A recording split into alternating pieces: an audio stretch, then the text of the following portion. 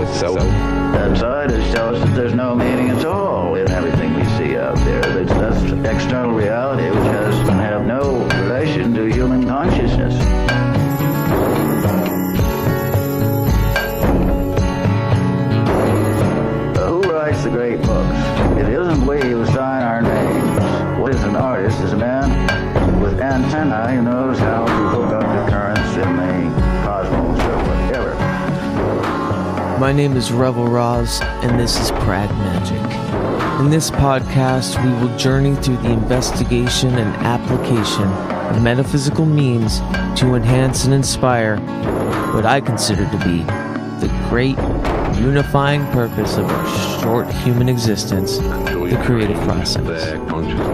And it's my intention to learn and reveal exercises that X-hex those inner oppressive thought patterns, as well as exorcising those lurking psychic vampires. So join me as I consort the unseen as means for getting the fuck out of creative stagnation. Stagnation that bewitches each and all of us, artists or not.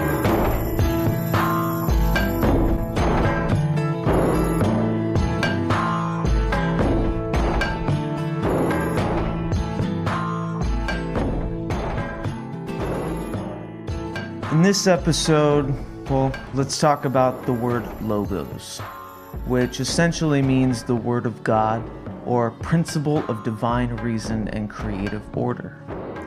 Well, Revel, my nom de whatever, short for Revelator, was humorously bestowed on me as a slight of sorts, one that denoted my crooked past filled with drug-fueled and drunken ego trips, careless revels, and their inebriated revelations. It is not one that reveals the logos, or truth for that matter, and I've spent the last 5 years or so pursuing to rectify that. So it's only fitting that my current trajectory in metaphysics, or in becoming an integrated person, is looking to rectify the sardonic aspect of my identity and that nickname, to make my nickname less a sarcastic tag and more of a purpose-filled title. Upon discovering Robert A. Powell of YouTube's channel LOGOS of Ophiel, I was gifted a psychic gut punch. I have recently been taking my metaphysical studies quite seriously and recalibrating my personal magical modes and diodes to allow for more reverence of occult traditions. So when Robert contacted me about appearing on this podcast, I was relieved to find his revelatory reach was dispatched at the perfect time in my pursuits.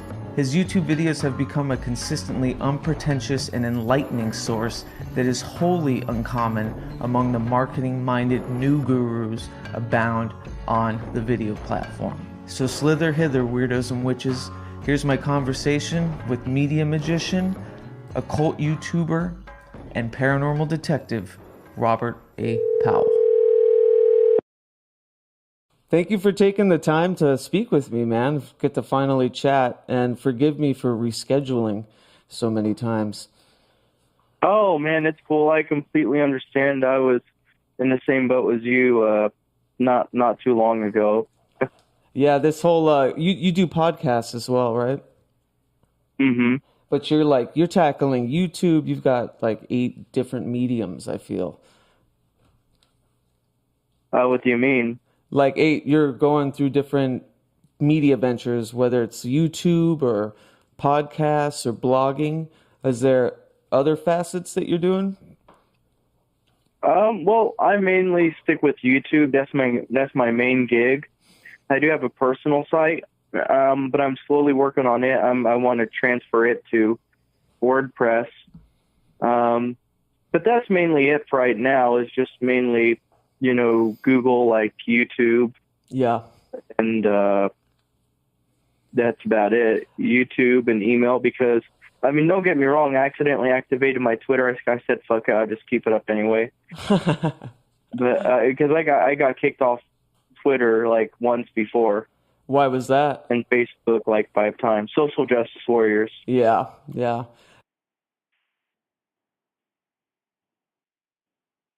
There's a big confluence, I feel, between the occult community and pissing off the left faction, I've noticed. Oh, yeah, there's this political dialogue that's made its way into occultism, right? Yeah. Rather than having that balance, you have the libertarians, saying, the occult is individual. Right. And all of that. Then you have more of the left-wing leaning people, especially Thelemites, coming in and saying equality for all. It's like, then you kind of want to look at him and say, that Crowley, he followed a very Nietzschean sort of philosophy, right? Like that they're slaves, like people are slaves, and then you have the master and shit. So are you, do you think that collectivism is an idea that should be outside of the occult? No, not at all. I think it has its place. Because I think we are different, and I think, that we all have different systems. I just don't think it should totally define a person, though. And I don't think it should be the top of the prioritization. But if we want to be accurate with things, let's be honest here. Most occultists are white males. You know what I mean? Yeah. You'll find a handful of women in there. But let's be honest about the issue. I'm not saying it's bad or anything, I'm just saying it kind of is what it is. Everybody's different and they have different leanings. Now, how do you feel about, because I have a good friend of mine, he's like a 4th generation voodoo practitioner, and it was really stressed about, I hate to use the word appropriation because it's such a buzzword, but to appropriate magical practices from other cultures outside of yours was scoffed at a bit. Would you agree with that kind of caution? I'm kind of in the middle, because if it wasn't for some sort of appropriation, yeah, some of the stuff would have died. Totally. When we look at, Thelema and Golden Dawn, if it wasn't for Rigardi, we would have none of it. Or if we look at, what we have in Solomonic magic, if it wasn't for the Arabs, adopting the latter Greek magical papyri stuff, right? We wouldn't have the Western. System would no longer exist. It wouldn't be there. Sorry, when my mind gets going, my mind goes in overdrive. Oh yeah, I love it. That's perfect. Because that kind of leads me to the next point. I was watching one of your videos a couple days ago, and you were talking about currents. When you're practicing different devotions that are long-standing traditions, that you're kind of tapping into this unseen current that transcends space and time. And I was wondering if when you're dancing with multitudes of different devotions, is that disruptive to the currents? Well, that's why I say singular focus. I think it can, because it's this is why I say singular focus is when you dabble into too many things, you're not really getting the mysteries. You're getting surface level material. So that's why I generally focus on Renaissance magic and magic of antiquity. Okay. Yeah, I've noticed, I saw your top 10 grimoire, and the first one was the Greco-Egyptian, the papyri, right? Yeah, the Greek magical papyri, that one manuscript, it completely outlines everything we have today in Western magic before Buddhism and a lot of Easternization. So you think you got to be devoted, really, to just one? Maybe one or two. Yeah. Because I think that when you wander around like a stranger, it's kind of like the difference, let's take any other vocation, right? How can you expect to advance in any other vocation? Like, let's say you work at a restaurant. If you're not going to be committed to your job, how are you going to become a manager? Yeah. I agree. So, I'm definitely from the generation of chaos magicians, and I'm trying to, rectify a lot of those habits that was, born from that kind of practice. Just kind of throwing everything to the wind and going for deconstruction as kind of the main MO. And now I find myself like really starting from scratch after years and years of studying and doing different types, but I feel like I have to start over because it has to be somewhat of a singular focus, Yeah, well, there's a crisis going on with young men right now, and it's because that we've been told as young men that we can do whatever we want, right? That we have all this knowledge, that we have all of this, that we should just get this knowledge, take it, apprehend it, and so on and so forth. So along with that, especially with higher rates of fathers not being in the family, there's really not much of a moral guidance with a lot of young men nowadays. And it's kind of raised by the television, Yeah, raised by the television, especially when you have a lot of single mothers. There's not that male figure to help develop sexuality to some extent, and there's a bit of a crisis in masculinity right now, because everything that everybody's telling us, and this is just my take, right? Right. Because it really all falls by not just our biological nature, but our physicality, by our interests and things like that. That's what far more separates men and women, than biology is interests. You know what I mean? The physical makeup and interests. Men, they have a tendency to take on more jobs. But now when you look at the new stats, with the millennials, there's women taking care of men now. So there's this crisis going on statistically. And you sad. think that's a bad thing? Like that it's not kind of mixed? It needs to be... Well, it's a horrible thing because it's leading to more incompetence. We see it in the workplace. We see it in society. We even see it in the occult. Yeah. Because, and it's not to place people in traditional gender roles or any of that. People can do whatever they want. But the idea is to sort of embrace who you are, embrace your nature, and just sort of go with it. But when somebody's not given the right guidance, it creates a lot of issues in society. And now, and like I said, I know society changes, and I don't see it going in a positive way because there's just a lot to this, because everybody wants a competent person. It's hard for men. It's harder for men to hold jobs nowadays, especially in the millennials. It's harder for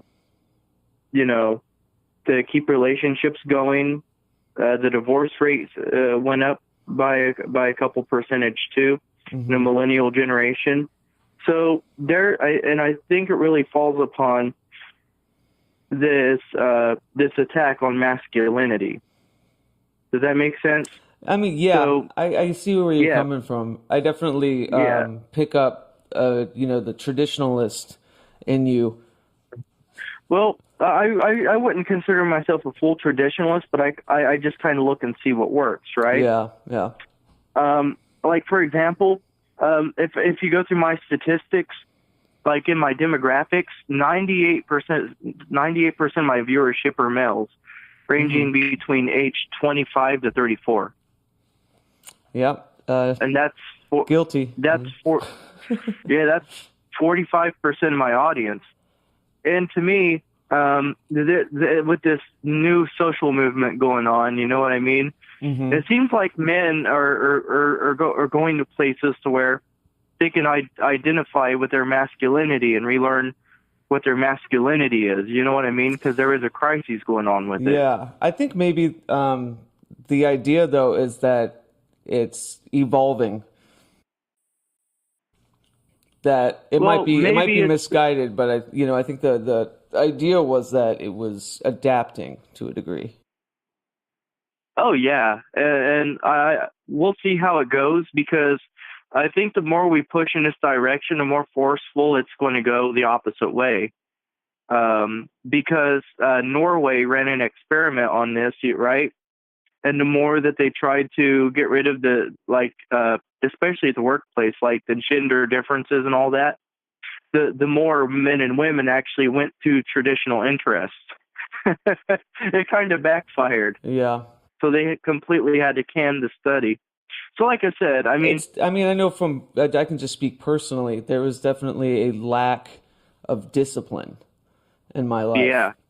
Growing up, and with that, a lack of security. Mm-hmm. Yeah, and that comes with responsibility. Right. You know? Yeah, exactly. I'm the trial by fire type, so I had some really dark wilderness years of figuring out depths of what I'm okay with. And yeah, and it's just been a hard learning curve. I mean, the reason why I started back in heavily in the quote-unquote occult was because of the discipline it provided me. The routine, the ceremony, the ritual, the conversation with the self, meditation. This kind of brings me to another point you were mentioning in one of your videos too, that you should be very cautious of people that kind of expel that sort of discipline that aren't like well practiced individuals. Exactly, yeah. And I was wondering if you were speaking of any type of belief that you were referencing, or if there's a few different metaphysical trajectories that you would deem dark or malevolent. Well, I think there's a broad range there, actually. And that's a really good question, because there's a broad range of it. I mean, you have these occultists who are espousing things that what people who analyze other occultists said. You know what I mean? Right. And, then you have people bouncing around all over the place, and this is once again where discipline sort of kicks in, right?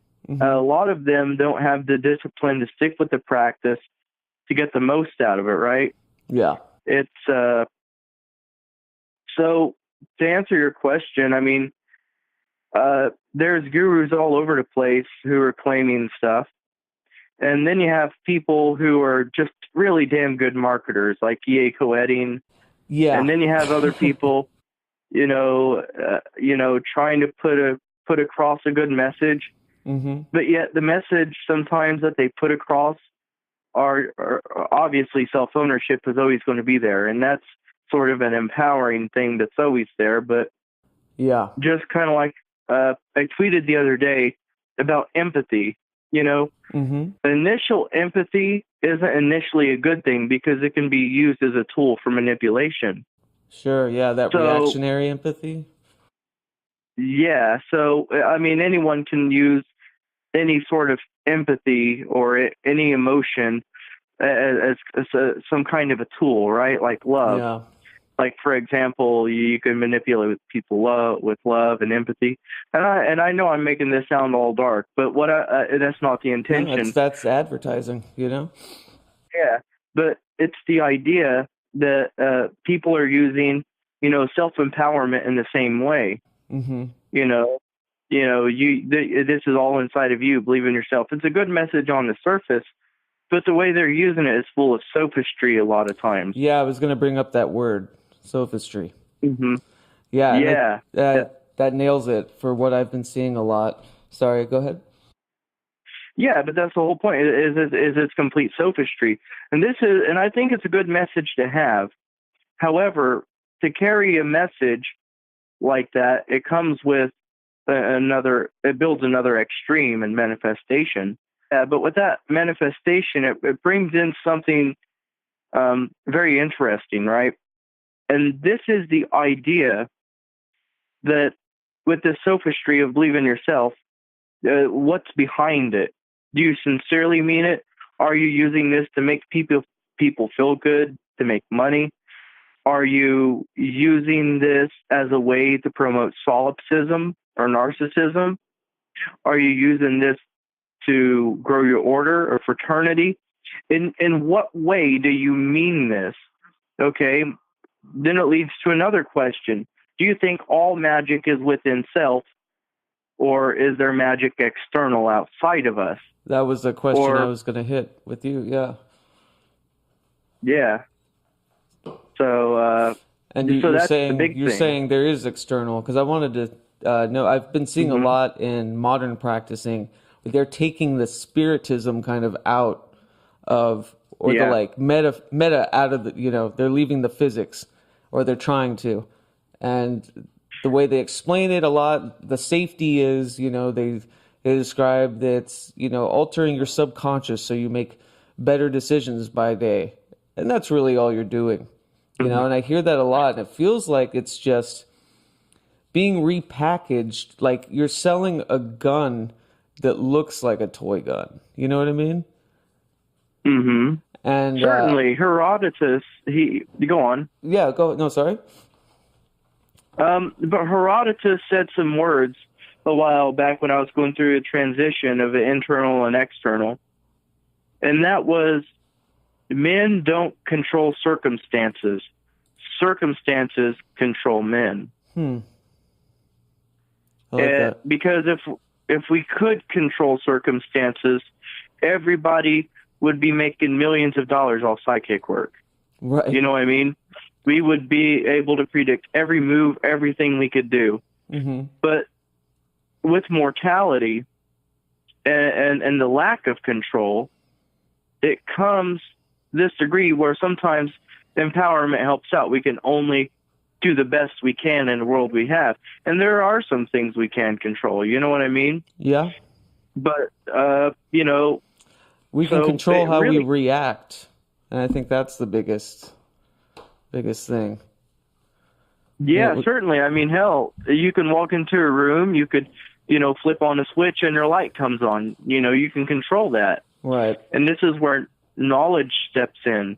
Not just self-knowledge, but external knowledge of the world and how it's applicable in order to sort of kind of control the circumstances around us, Yeah. So it's organizing the chaos somewhat, or giving us the, I don't know, maybe sometimes the false relief that we're organizing the chaos, Oh, yeah, chaos is a whole other thing, because when we have order and chaos, I like to call the chaos that we dwell in, I like to call it the journey of the hero. You have dragons, you have your demons, and there's this risk and reward. And a lot of people, they would rather not go into that cave, or they would rather not go into that underworld, and just rather ignore it and just sort of live the daily life, go to work, come home, sleep, have kids and all that. You know, there's nothing wrong with that. I think those people support our economy and all of that. But at some point, they're going to have to face this idea of death. They're going to have to face these demons in front of them at some point, and they do. And occultism, it teaches us to tackle these demons early. So imagine, if you will, you're going through this cave with demons, with this chaos, death, destruction. You know, you could see behind the mask of, let's say, politics. You can see behind the mask of intentions. Mm-hmm. You know, you can see the sophistry. You could see the solipsism. You could see these flaws.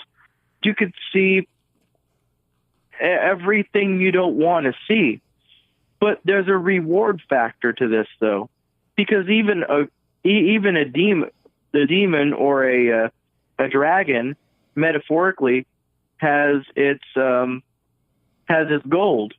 Yeah. Or when we look at the idea of Heracles or Hercules, right? He went in, and how do we? And the thing is, how do we manage the chaos? How do we deal with the chaos? And I mentioned it on my last live stream. And well, the first thing we have to do to manage the chaos is be honest about the chaos with ourselves. That's the first thing. Why is honesty so important? Because when we see that metaphorical demon in front of us, when we see our worst traits, when we see our flaws, when we see things breaking down around us, how do we cope with that without losing our minds? Yeah. We have to be honest about it. And you have to take up your sword, you have to take up your shield, and you have to power through it. That's how you become the hero. But now the predictability is different. Based on your competency and how well you manage, how well you've embraced the truth, and how you've honed your skills, either the dragon is going to eat you or you're going to be victorious. Yeah. So, and another thing with chaos, even chaos has boundaries. So what are the boundaries of this chaos we're in? What are the rules that govern this chaos? So when I think of this old magic, I think about that chaos, because not all the spells are all white light. Yeah. And when I think of something like Selene or Hecate, the moon, it brings into question, yeah, there's this goddess who drinks blood, you know? Horrifying, you know, she's, you know, goddess of serpents. Yeah. So why would the magician work with something like that? Because she's the mistress of chaos. Yeah. So inherently, she has boundaries, meaning she also has a little bit of order in her too, and she has rewards. So this old magic tackles that issue.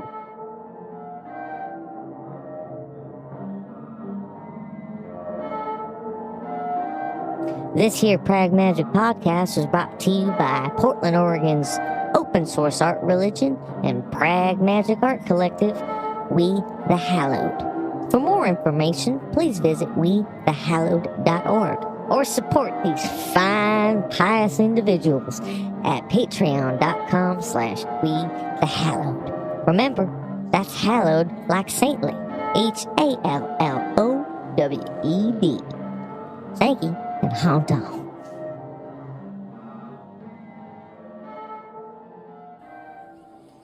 Yeah, I mean, I feel a lot of the big thing that drew me out of kind of my darkness or wilderness years was that feeling of you know, kind of slaying the dragon, almost to a degree where I kind of got addicted to the struggle. And I think a lot of people do to some degree. Mine was, you know, very dramatic. It was just, I was just kind of, I didn't know what to do with myself unless I was fighting really hard for something, or, you know, trying to find any dragon to slay. And I wonder if that can, what's analogous to that in like a magical devotion.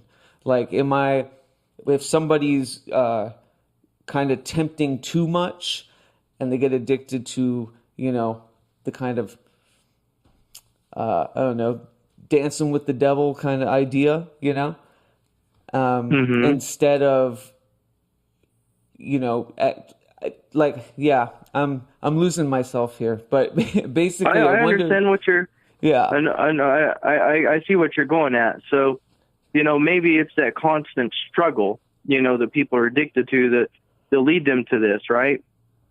And this is a good sign. I know what you're getting to. Yeah. Well, there's something in this a little deeper. I think you're touching upon, and it touches upon existentialism. Mm-hmm. What makes me wake up in the morning? What's my purpose? What's going to make me fight every day? And the thing is, a lot of people, they have this wrong idea about conflict and divisiveness, right? Right. And a lot of people would prefer to, they would try to run from it. Yeah. But if we look at this conflict, and because it's easy for us to think conflict, and even right now, I'm sure we're thinking about the worst possible things in our mind. Even I am, Mm-hmm. What's the worst outcome that can come out of that? But when we change our train of thinking, we're looking at the risk of the outcome of dealing with conflict. Am I going to lose friends? Am I going to get injured? Is my reputation going to take a hit? And these are all things we have to worry about, and it's easy to back away from the conflict.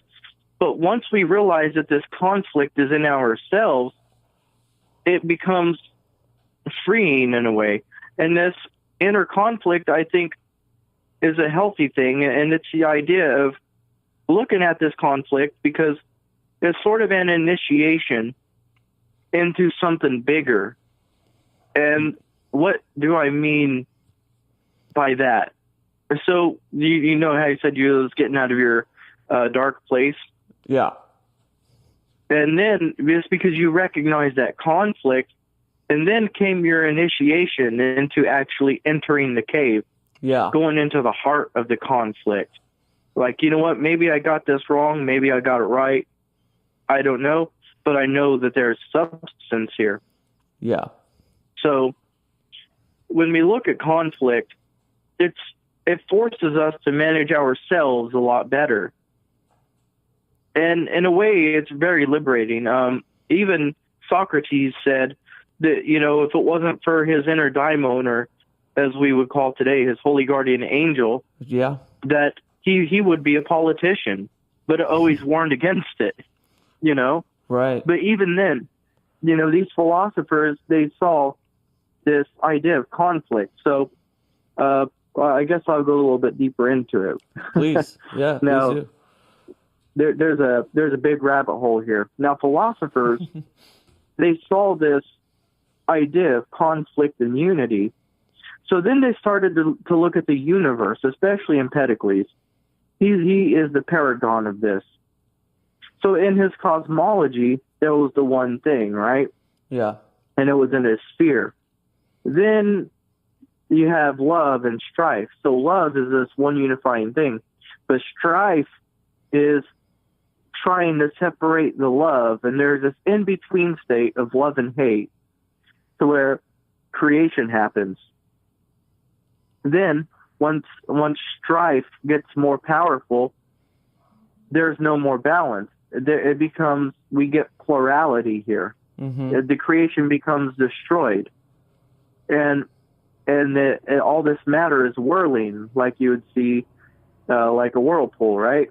Yeah. And so once everything is in complete chaos and discord through conflict, there's no hope. There's no way out of it. So love has to regain her power according in the universe again. So she strives for this plurality to become one, and it once again reaches this in-between state to where new life is made again.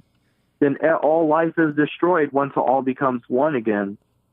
And there's this cyclic cosmology, and even Pythagoras duly noted this conflict in the dyad, or the number two. I have one versus the other. So even today, this idea of plurality, such as the individuals, plurality, this idea of plurality in many things, everything being an individual, how this creates problems. And how do we reconcile with that? Well, in classical magic, when you see war, famine, when you see things being destroyed and built all the time, how do you describe that? So a solution was made to this, and Pythagoras said, well, maybe it's best if we focus on the one thing, How do we get to God? Yeah, so they called it monad. Some people call it God. And when I say God, I just don't mean in strict Christian terms. Right. You mean the singularity, like the single creator force. Yeah. So now we have this thing to where the only way to get beyond this chaos is to focus on some form of union. Now we have two routes to get there. Either this one thing is ineffable, and we can't, or we're never going to get there in this lifetime, or two, there has to be a miniature one to help us get there. So now Pythagoras invented this idea of the microcosm. So this microcosm is the state where we get to where we solve the idea of duality, and we unite the opposites, and we create this miniature one thing. And this miniature one thing sets a path in front of us, and it mimics the macrocosm. Right. As above, so below. Yeah, and that's where it came from with Pythagoras. He was the one to really unify that thought. Yeah, I mean, that's incredible. I mean, I couldn't be more agreeable to that whole ideology. It reminded me of when I kind of learned, like you were talking about earlier, like E.A. Coetting and all those people that really kind of push the become a living God, it's all within. After I got out of my bad years, there was an honest belief in that from me, because I slayed the dragon and I won. I'm it's all within. It's all within, and it kind of finally evolved into more of a part of a whole kind of ideology. And through the practice of magic and different forms, I've tried to find some sort of community, like, or build a, kind of a salon-based kind of thing. And it always comes back down to, it's never a community of people of the same practitioner. It's always a community of people of way different practices. And that's the only way it works, Oh yeah, and that's the one thing that always haunts us, and that you're reiterating there. This idea of plurality and conflict, even in community, like they're acting as one, but at the same time, there's individuals making up that particular group that can cause dissolve of that group. Right. They're the loudest. So it's that one. It never leaves us. I mean, and this was said like 2,500 years ago. It never left us. That's what would you prescribe someone like me that's got a whole head and history filled with different kind of devotions and practices? How would someone go back to kind of the monad, Well, there's so many ways to go about this, and I'm starting to realize I'm going into more unexplored territory philosophically and magically together. Hey, that's why I've tried so hard to find so many sources on it, right? And I've sort of only me and Erla Sophia, and even parts even of Taliesin, we've talked about this. And that's about it. I mean, I think the modern Hermeticist understands it pretty well. Love Dan. But the way that I would say, if you're looking for a book, the works of Plotinus, the works of the Neoplatonists, especially Iamblichus, Proclus was very lucky. He was able to really get all the information from early Neoplatonists and even some of the pre-Socratics, some of the works of Plato. The pre-Socratics were really good too. You'd love the pre-Socratics. But I think Plotinus, he laid out the best and most direct way to deal with this. And even if you get the Pythagorean source book and library, it's a wonderful book. Especially, you can read them online. It's called the Pythagorean Golden Verses. Wonderful book. But when you go through these old philosophy books, I mean, the one thing that I'm starting to realize is that, especially with Pythagoras, it was always the goal to sort of morally be a good person. And the problem is, and there's a big debate with moral subjectivity or moral relativism. Right. I have a tendency to go more towards moral relativism. I mean, me too. I think there's there are certain, signposts for what is just inherently, bad for everyone across the board. Yeah, exactly. So I really struggle with moral subjectivism in a large degree because, obviously there's going to be cultural differences, but it doesn't account for the same broad thing, even in, less developed countries, thou shalt not kill, Right. Obviously there's something ticking inside of us that makes us realize that that there are things bad for humanity and or our tribe in some cases. And so the best thing I would say to answer your question is really dive into these occult books, and I think what they offer, especially these old philosophy texts and some of these magic texts, is it's not blind devotion for the sake of devotion itself. You would love the Orphic hymns, the Homeric hymns, and the Delphic hymns too. They're very good. The Greek magical papyri is very good.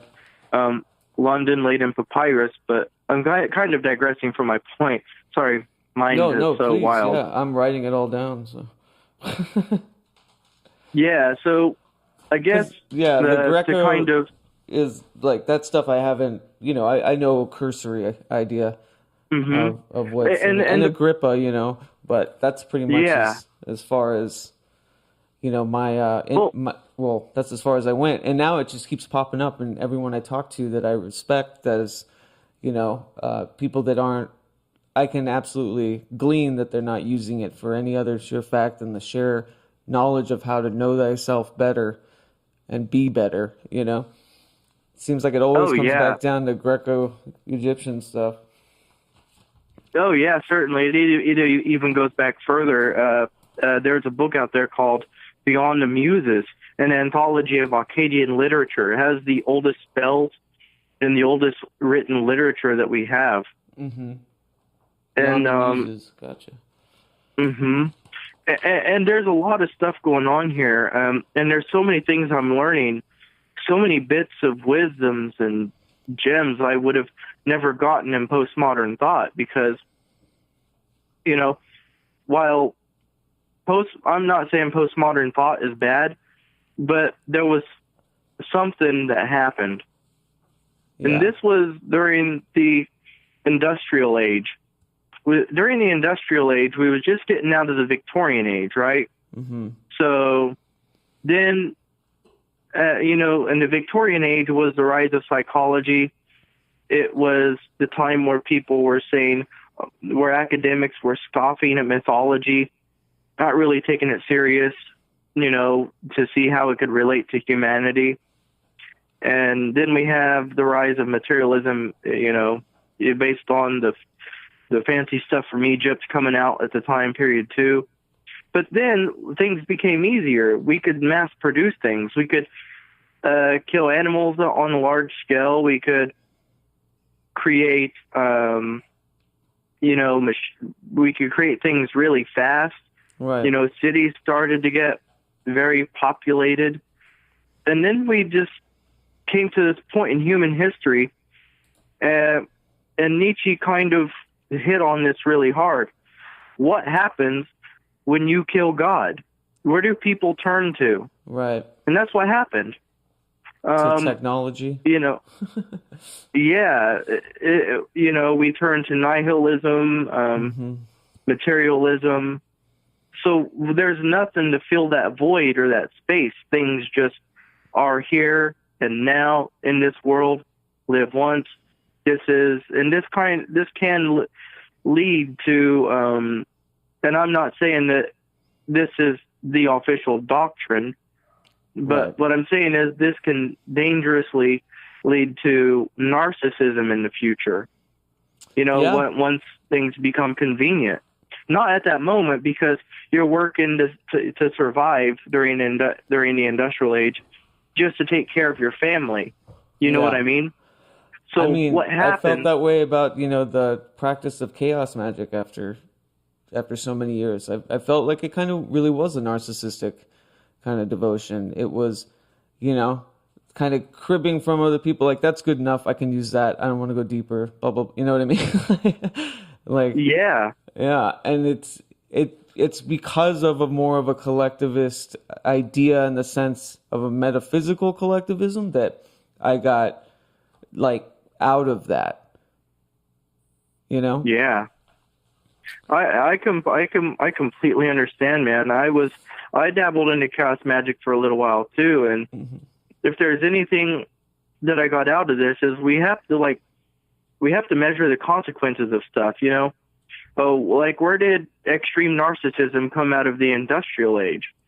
Well, that happened because of conveniences, and some people, they just naturally have narcissistic tendencies.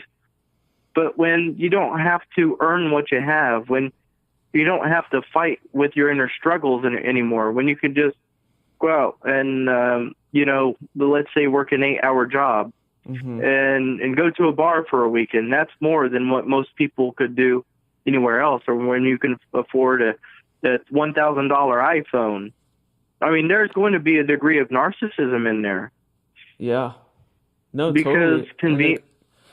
Conveniences are so tied to it. And I'm not saying everybody will be narcissistic, because I know that, some may say these are broad statements, but I would never say all, you know what I mean? Right, of course. But this does tie into my other question for you, especially in the convenience part, and it brings back what we were talking about kind of new kind of media gurus, is that they seem, the interest in the occult, majorly, has been more about aesthetics, a certain type of kind of, visual style, and a lot of art, but also because of, the convenience of the get rich quick, or the, the rectify all your bad problems by tapping into this unknown stuff. And I was wondering if what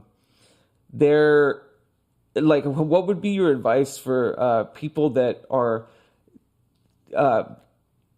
so ready for resolution or results, and have guess no idea that it's not really about results like that? Does that make sense? Well, yeah. Well, this brings me to kind of what I would say earlier, right? Now, there's a couple points here. There's a lot in that question. Yeah. So I'd have to break this down. Please do. Well, first of all, we would have to challenge ourselves, right? There are people who say that spirits are all in your head. Now, if that's true, then we would have a whole bunch of confirmation bias. Right. Or people projecting their fantasies into magic. So that's the first step. When I do an evocation, I mean, it's like working with another person. Very rarely do I get anything I want to hear. It's Right. almost like another individual, you know, it's objective.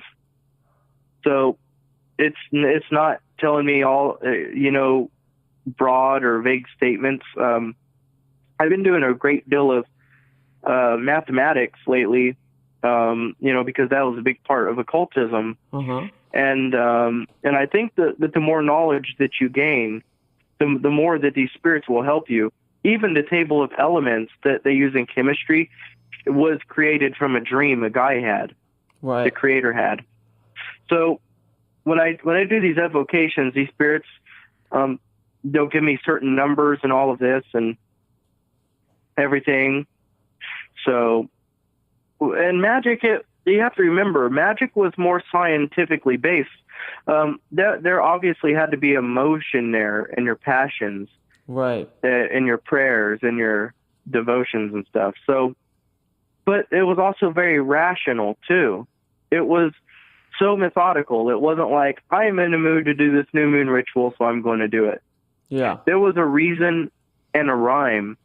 There was at one point, magic was used to explain the mysteries of self and the mysteries of the universe, even if they sounded crazy, or the mysteries of the world.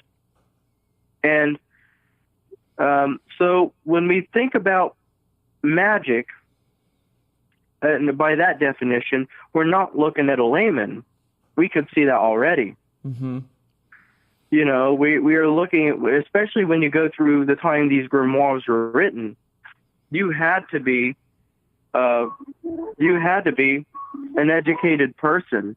You know what I mean? Oh, yeah. So, I mean, you didn't have a choice. So what this leads to is you know, this pushed me in the occult to become brighter, if you will, to kind of stoop out of my own ignorance of, you know, I need a girlfriend or I want some money. Right, right. You know, Yeah. because magic was made for the community. And this is where you get your results, right? Let's say, you know, you're doing magic with a friend, or let's say you're working with a client. Okay. Well, they are the measurement of your results. Your magic was meant to help the community way back when, before it became narcissistic. Oh, When you go through all the spells, you know. Yeah, that's when you look exactly at what I've been trying to say. I just didn't have the words, but yeah, that's it. Yeah, like when you look at these demons, you know, this demon teaches geometry, this demon teaches math, this demon teaches how to give speeches, Right. this demon teaches this. You're not going to sit there and give yourself a speech. Right, You're yeah, not it's gonna, not... you You're know. right, yeah. It's not coming These are- from the recesses of your subconscious. It's an actual outside force. Yeah, this is going to teach you how to prosper in your community, not lock yourself away in your room, and how to become a more competent person. That's what magic was about, is Yeah. working on how to become more competent for yourself in the community. So It's so, almost yeah, like a that's how very you- reverent, you know, kind of devotion. It's almost like, you know, a Jesuit would have to be, you know what I mean? It was kind of like their their duty, their sworn duty to know this and to feed their results back to the community. And I think we've totally lost that. Oh, yeah, certainly, because I think we lost it through pop culture, through technology, you know, through advertising, through Well, and just the industrial age onward. yeah, and I mean, it not to get into this at all, but I mean, there's nothing more revealing than just the truth wars, you know, that are so prevalent today, even across the media, especially across the media. It just seems to me that now would be the time that people should turn to archaic systems, or to get back to our roots of trying to figure out how to band together and transcend, you know? Yeah, I think that's really important. And I think it's good for structure and that's one thing that this ancient magic brings is structure. Because it opens up your eyes and you realize it's not about you. This magic is giving you a structure to be a useful part of society, you know, and it improves your self-esteem. Yeah, absolutely. I mean, does that make sense? Yeah, no, I mean, that's why I've continued only to go deeper, you know. I wasn't satisfied with just the kind of, you know, like we said, the narcissism of you know, just meaningless in the end, you know, self-gratifying kind of spells or whatever. And how do you think we do that? Like, how do you feel we should, that should come about, or how can it? Well, it all falls upon personal responsibility. And this is where personal responsibility should be in the realms of in occultism, I think, you know, owning up to who you are, really realizing you're an imperfect person, and really striving. Now, obviously, systems like the PGM are non-transcendental systems, meaning that there's no reaching to the one, you know? Yeah. But, however, to amend further, you have to learn to call yourself out. You know, like if someone offers a criticism, you don't get upset. You don't censor that person. Like if it's a legitimate criticism, you listen to it. You listen to it good. That's all I hear. Because, you know, because it's so easy to get defensive about something. Like, I'm not going to lie. I mean, every once in a while, I try not to get defensive. It's still something I'm working with. It's just my natural thing to attack right back with facts, right? Oh, yeah, yeah. So I've been catching myself, and then obviously that's an inadequacy that I have that I'm working with, and we have to call ourselves out, because if we don't call ourselves out, we have no one else to be the measurement of. And if we're not going to listen, how are we going to measure who we are? And I'm not saying that people are always right, because obviously they do have their own perspective, which is healthy, but magically, how are we going to grow if we cannot call ourselves out? And if we cannot even say it to the public, you know? That's so important. I just like, to me, I think about the quote unquote optics of that. Like, how do you tell this generation that they need to, you know, confront their flaws to be better, you know, collectively? Well, when those you have demons. The louder, you know, types telling you, oh no, you don't need any of that shit, you could rule them all, you know? Yeah, well, that's one of those demons, you know what I mean? Yeah. It's the demon of pride. Yeah. When that demon of pride, when it's there, it's hard to get rid of. For some people, it never leaves. And it's good to be prideful in some parts. Well, I struggle Once again, with it's about balance. Right. But, yeah, you know, it's just one of those things that you genuinely have to want to do. I don't know if we can find a solution for that, but I do think it does hit for every individual. Once they realize, you know, once they realize that they can't control circumstances, because we're being taught now that we can control circumstances. Right. And this is what magic is about, right? That we can control things. We can control circumstances. And this goes all the way back to the ancient Egyptian dilemma of man versus nature. We think we can control nature. We can to some degree, but do you know how we controlled nature? How's that? We learned how nature worked, and we used nature against itself with the same physics, with the same mechanics, with the same ideas. Yeah. So we use nature against itself to give us some sort of security. But in all reality, I mean, the question is, how much control do we really have over circumstances? And when life kicks in and says, hey, you think you're in control, watch this, boom. Oh, yeah. Like clockwork. And then it's like your entire world falls apart. You thought you knew something, and it's like, shit, what am I going to do now? Then you hit sort of an existentialism crisis, you know? Yeah, totally.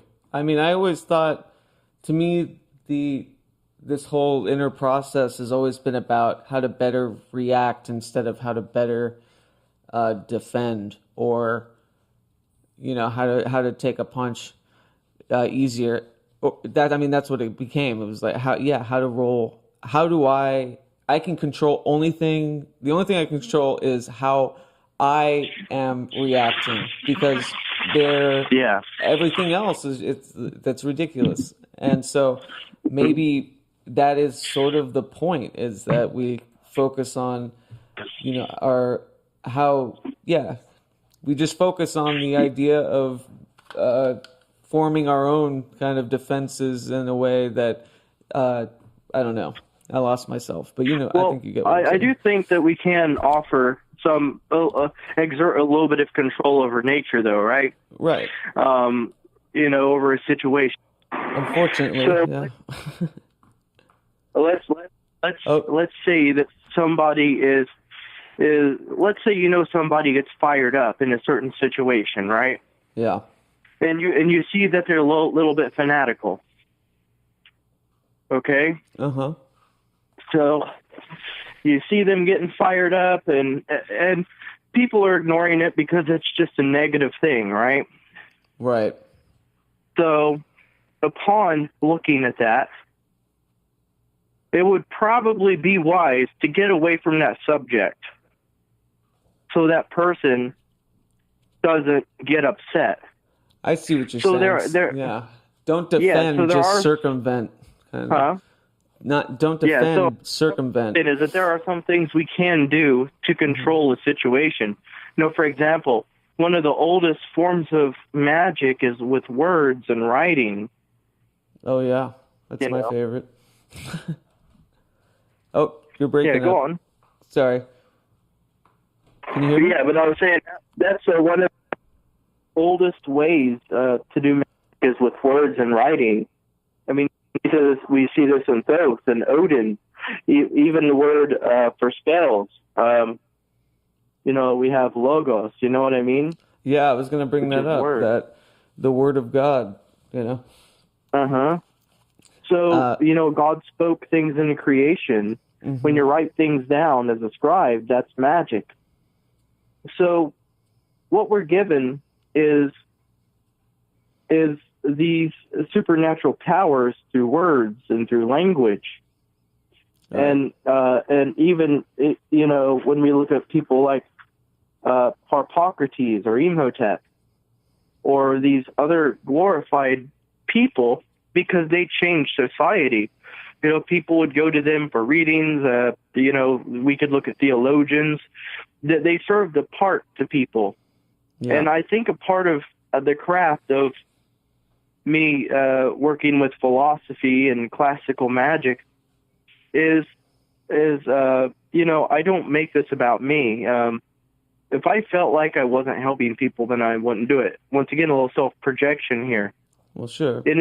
But I'm making my skills useful, and I'm trying to make my skills useful in one way or the other. And we sort of have to get back to that root. It all started for me after my grandfather died. Oh, yeah. That's when it really hit me. Because I was at his deathbed, and he had cancer. I took care of him for like 3 or 4 months, every single day almost. Oh, it's all right, man. But I watched him wither away. Yeah. And I'll never forget. It was right around 3:16 in the morning, and he was there on his deathbed. And he didn't want to die. He didn't want to. He fought for every single thing that he had inside of him. Yeah. And he fought so hard. A tear ran down his eye. I wiped away his tear, and I felt his last breath go past my ear, and he was gone. And then something occurred to me that night. I realized how precious the breath of life was. I mean, it's easy to talk about, but once you see that, that our breath, our breathing is the borderline between living and dying. Yeah. It hits you. And that's something you take with you to the grave, that philosophy, that thought. And you see how it's embedded in magic, especially with the opening of the mouth rite. And the Egyptians understood this because, in the opening of the mouth rite, you're opening up the mouth of the statue, or the mouth of the mummy, and you're giving it life to breathe, to speak. And it's so fascinating to think about how little things such as the last breath and the breath of life is so tied to magic. Something that you will rarely catch in a modern book. Yeah, you're right. I mean, it's as simple as elemental things. Mm-hmm. I wanted to ask you to go more into the paranormal side of things too, especially considering that correlating with magic, other spirits, and outside forces. What has been your hypothesis of what you see occurring when you have paranormal encounters? Well, I am on the path investigators, and there's two of us. We're pretty much a team. And what's amazing about this is we see some weird things. I mean, I was working with a client I don't know why I said that, a couple weeks ago.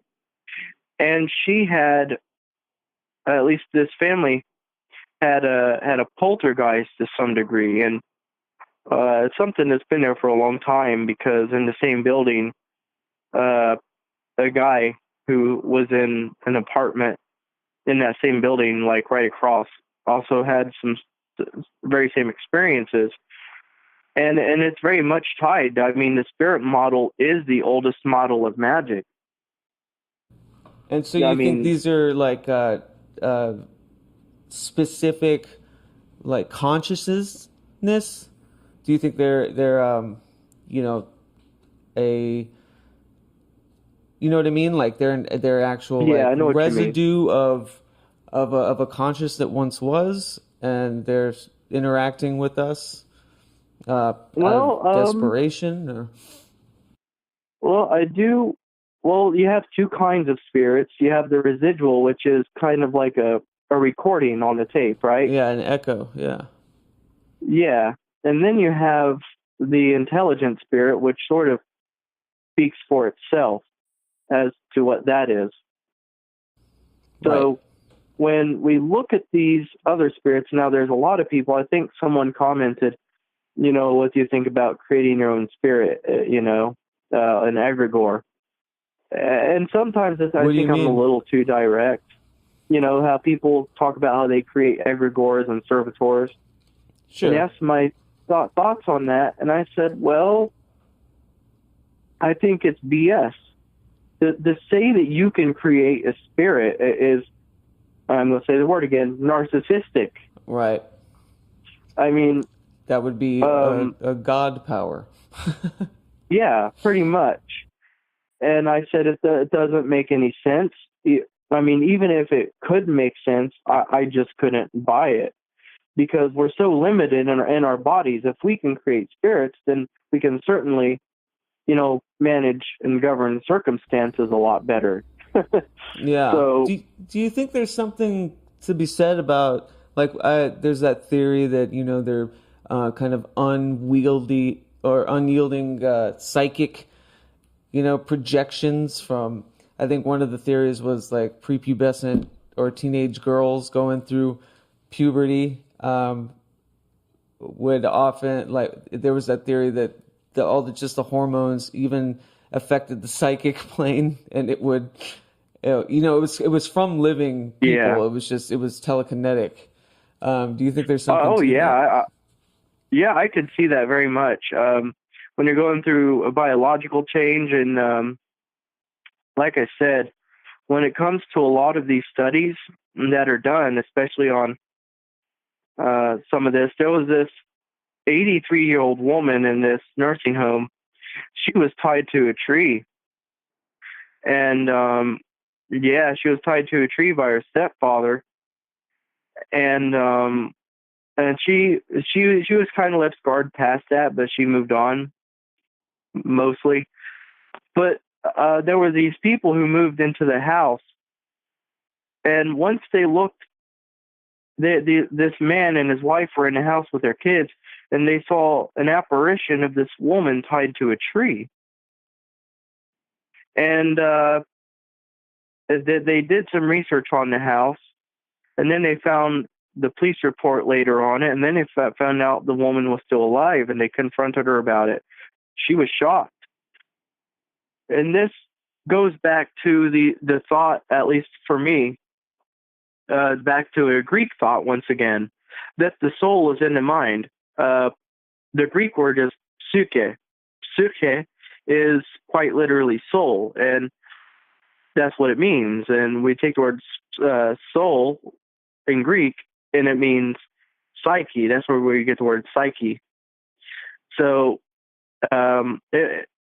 so they got this idea that the soul was in the mind. And if we think about these instances like astral projection, out-of-body experiences, and that 83-year-old woman who is also in a nursing home that I stated, I read about it. It was interesting. You know, it shows that in parapsychology that a part of us dwells in through tragedy in our mind and things like that. A part of our spirit does. It's like it was so intense psychically that it's absorbed in the surroundings and then played back like an echo or a ricochet, you know? Yeah, Plato made an interesting comment on shadow people. He said shadow people are souls who got caught in materialism when they were alive. In materialism? So they're bound here and they're stuck here. Yeah.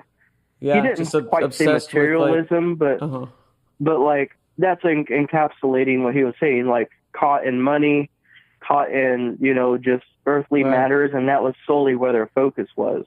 Never wanted to leave. Yeah. Mm-hmm. Yeah, so I mean, I think it's a good subject to wrap up on because it's a big one. I'm sure it could be a podcast of its own, but I just wanted to know what your experience has been within the paranormal and how that's informed your idea of what happens after we die. Ah, that's interesting. I think that the Egyptians had it right when they said that our entire soul is sort of divided into parts. That we just aren't like one singular soul. Even the Christians have this same concept that the soul is separated from the spirit of God. And that there are parts of us, you know, especially the Egyptians had the Ka and the Ba, you know. So it touches upon this idea that we're an organism made of many things. And so just like how the universe functions like an organism in cosmology, so do we. You know, for example, you know, just because you have a liver, I don't call you liver. You know? Okay. Because we you know, we start with cells, and cells create organs create systems, and then you mix all those systems together, and then you have us.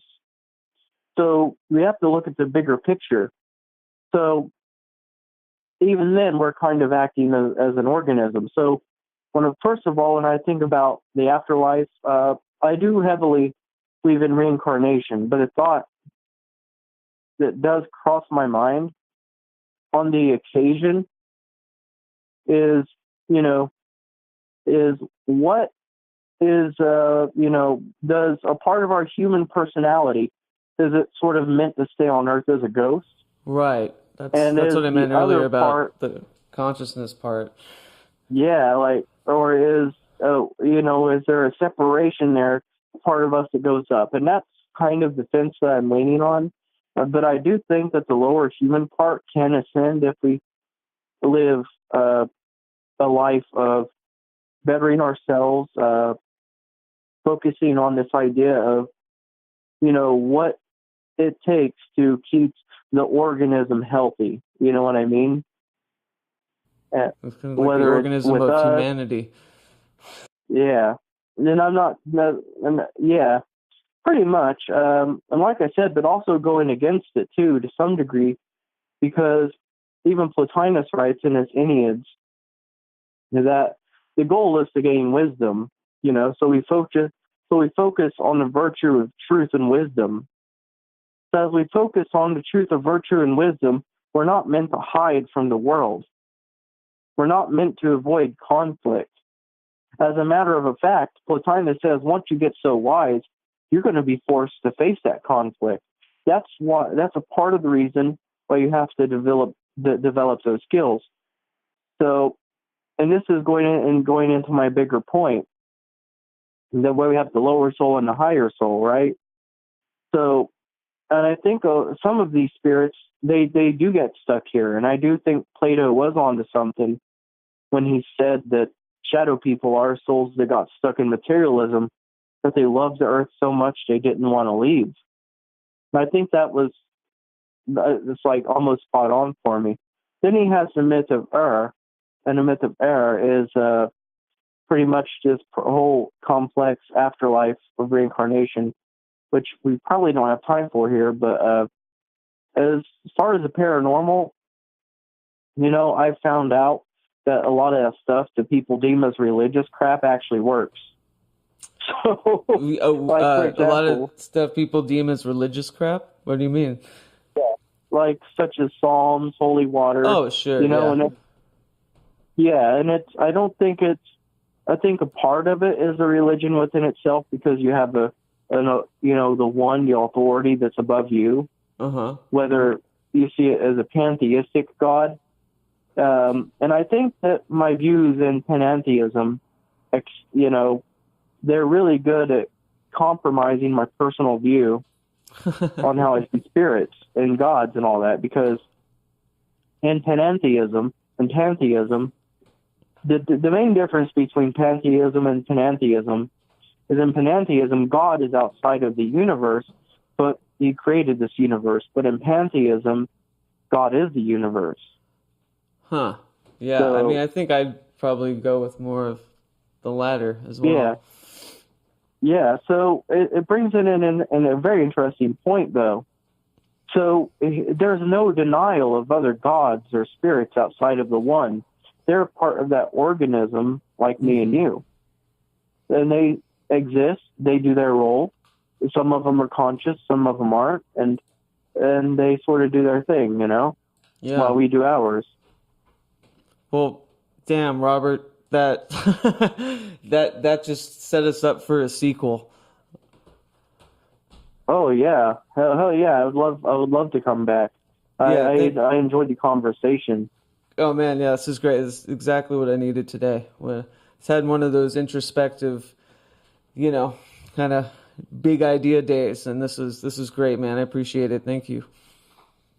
Yes, no problem. Don't worry, because I know a lot of this stuff is hard for me to take into at first, especially when I first heard it. Then I'll go back and I'll revisit a concept, and I'll just be mind fucked.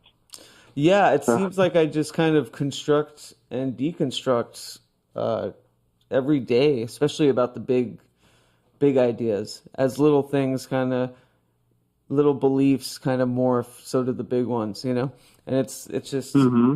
It's reassuring to have magic or just a community, people to talk to, that is not of the vapid variety, that wants to get to the nitty-gritty of this kind of deep discussion.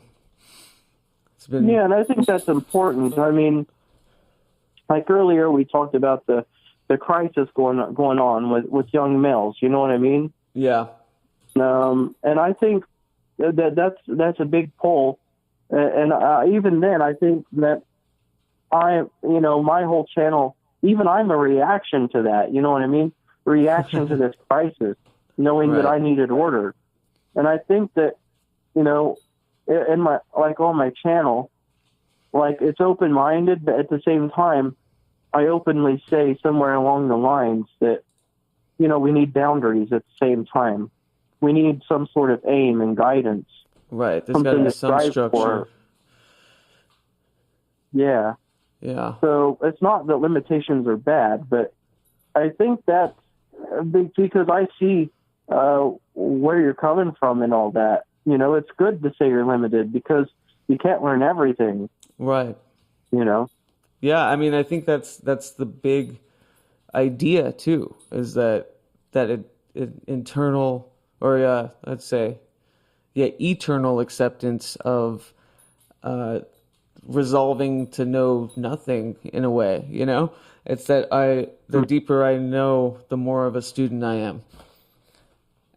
Yeah, and like I said, if there's one thing I'd like to tell the audience here, please. It's not about blind dogma, and I know that it can easily be mistaken as that when I say limitations and through some parts of this, but it's not about that. It's about the aspect of free thinking, but kind of resolving that duality to that union at the same time. Yeah. And it doesn't mean you blindly accept things, just because you mention God or the one, it doesn't mean you challenge the idea. But at the same time, you don't dismiss it either. Yeah, absolutely. Well, yeah, I mean, that's probably the best point to end on. You want to tell everyone where they can find you and where to watch your videos and whatnot? Yeah, just go on YouTube, type in Logos of Ophiel. I recently put the name change on there to Robert A. Powell for branding reasons. Okay. So, and plus my Twitter handle is Robert Powell 018. And you can email me at pgmmagus@gmail.com, meaning papyri Greco-Magickal, so PGM. Okay. And you can find me there. And you do PATH, like we touched on. It's the investigative, paranormal investigation. Yeah, the PATH investigators. So you could type that right onto Google and find it right there. Very cool. Well, thanks again, Robert. And this will be the beginning of a very long relationship, I can tell. Oh, yeah. Thank you. Yeah, it's very interesting. I love the chat. Yeah, absolutely. And please come back. Let's do this again. Yeah. Just slide in my DMs whenever you can too, or my email. Of a chaos magician by then, I swear. Oh, you're sincere. I think that's all that matters. No matter what path you follow, as long as you're sincere about what you follow, and that's all that matters. Yeah, I definitely don't want to burn everything down anymore, so. Yeah. Gonna go with that. All right, man, we'll take care. Yeah, you too.